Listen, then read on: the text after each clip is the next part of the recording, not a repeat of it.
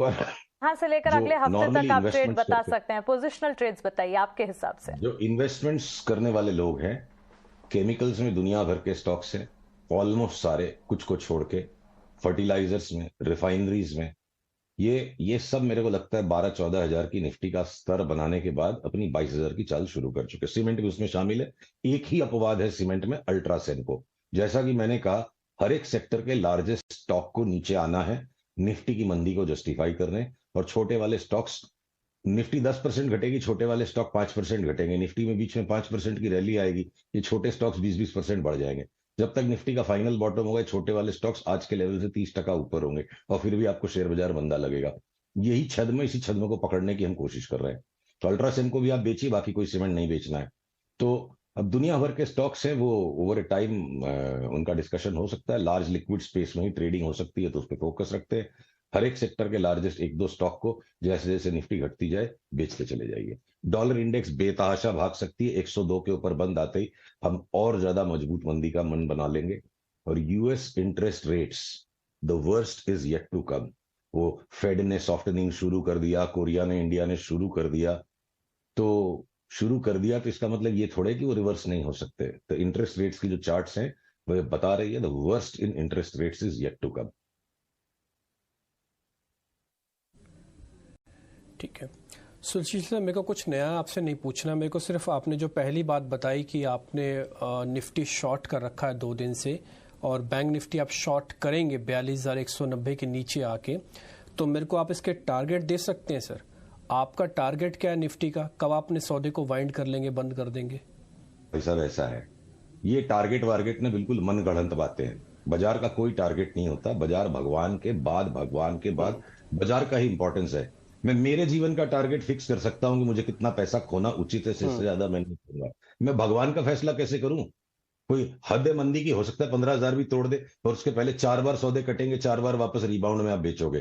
तो मेरी प्रार्थना है आपके सभी दर्शकों से, ये टारगेट के गोरख धंधे में ना फंसिए। टारगेट 50 बार बदलेंगे, सौदागर को बार बार सौदे से इन आउट होना पड़ेगा। एक मोटे ट्रेंड की इस वक्त हम बात कर सकते हैं।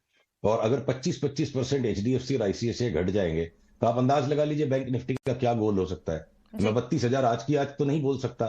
आने दीजिए सेल का सिग्नल, 10% घटने दीजिए, फिर वापस रिव्यू करेंगे। पर मुझे कोई आश्चर्य नहीं होगा कि ये बैंक निफ्टी 25% घट जाए, क्योंकि दो लार्जेस्ट स्टॉक 52% की वेटेज रखते हैं। और हो सकता है कि निफ्टी उस दौर में 17-18% घट जाए।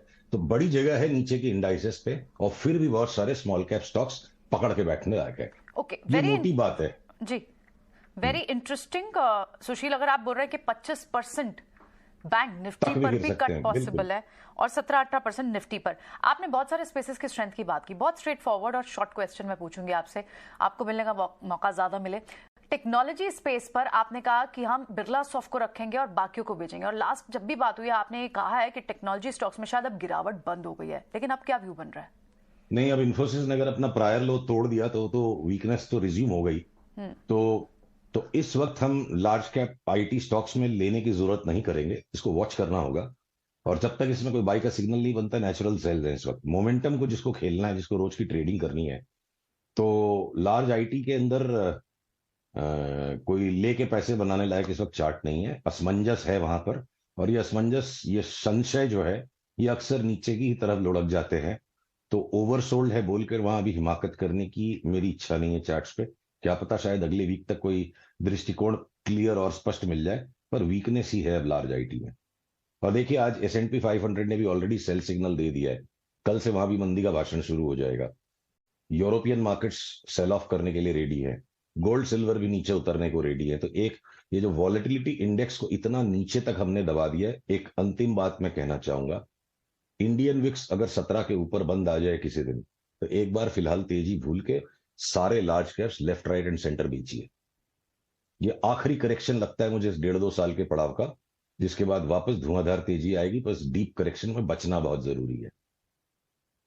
सुशील जी सही कह रहे हैं। इनफैक्ट आईटी तो इस वक्त रिस्की ट्रेड नजर आ ही रहा है, इसे वॉच लिस्ट में ही रखा जाए, ये राय। Thanks for being with us Sushil ji, बहुत अच्छा लगा आपसे बात करके और अगले हफ्ते फिर से आपसे मुलाकात होगी और तब देखेंगे कौन से स्पेसेस हैं जो आपके रेडार पर हैं।